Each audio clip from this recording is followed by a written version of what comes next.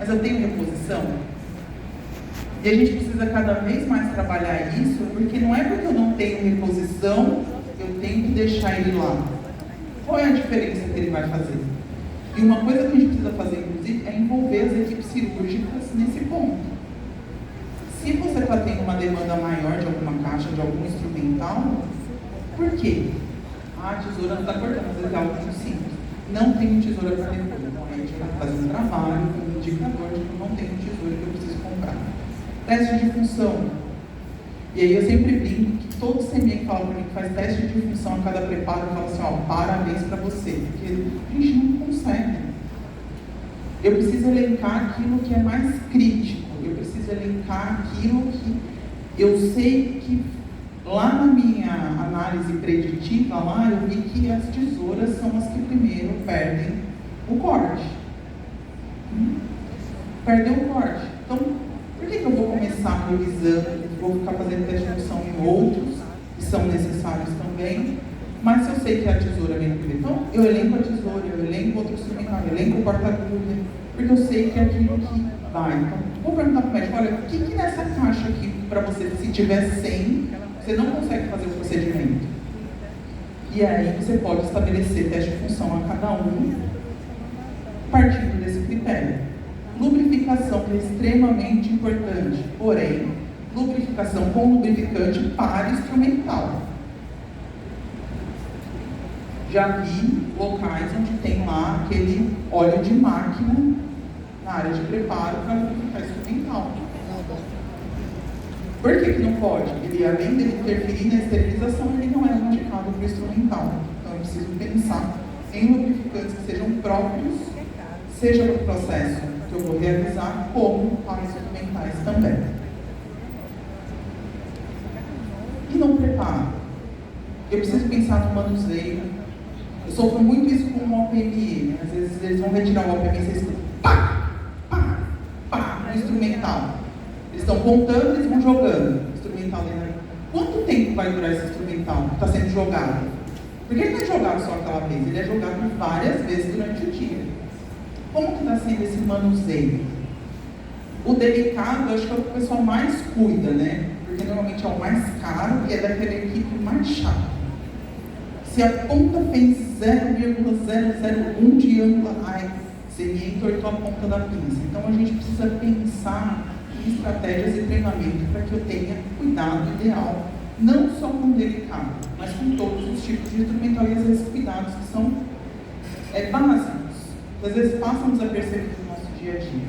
Qual é a disposição desse instrumental? Não dá para colocar martelo em cima de queda, em cima de pinças que são delicadas, em cima de giz. Vai entortar, vai amassar, vai danificar o instrumental. Então, o instrumental sempre é mais leve sobre o mais pesado. Qual é o quantitativo do kit? Eu falo, tem CME que fala para mim assim, eu tenho uma caixa de não sei o que com 120 instrumentais. Eu falo, eu tenho 120. Eu fico pensando primeiro, se é manual, como que a pessoa não perde a conta. Já começo pensando aí. E eu fico pensando, 120 instrumentais dentro de uma caixa. As minhas caixas no maior tem 56. Eu já acho muito. Eu fico pensando numa caixa com 120. Como que é a disposição desse instrumental? E fora, eu já vi isso dentro do meu CME. Você tem uma caixa que não comporta aquele do instrumental. Aí a pessoa dá aquela apertadinha na tampa ou uma chacoalhadinha assim, ó. O instrumental caber dentro daquele kit, dentro daquela caixa. Quanto que eu não estou danificando desse instrumental?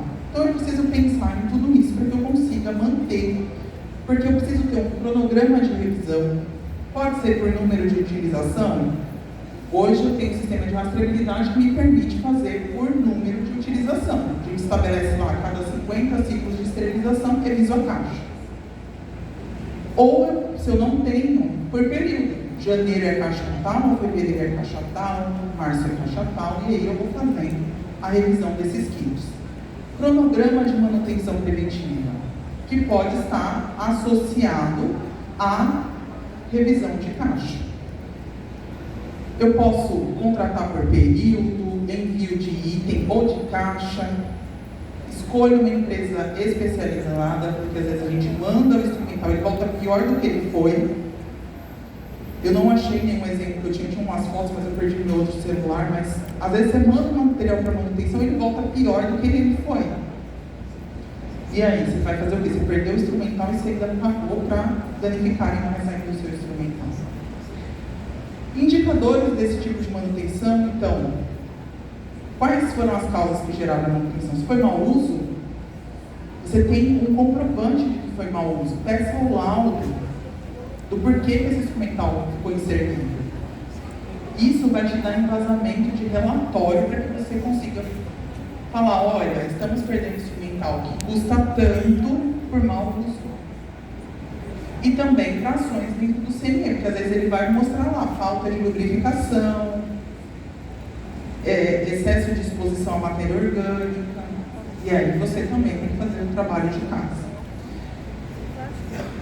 Então, finalizando, a gente precisa pensar que a manutenção dos instrumentais não compreendem apenas essas ações corretivas, mas tudo que eu faço para prolongar essa vida útil que vai desde a aquisição até a sua utilização.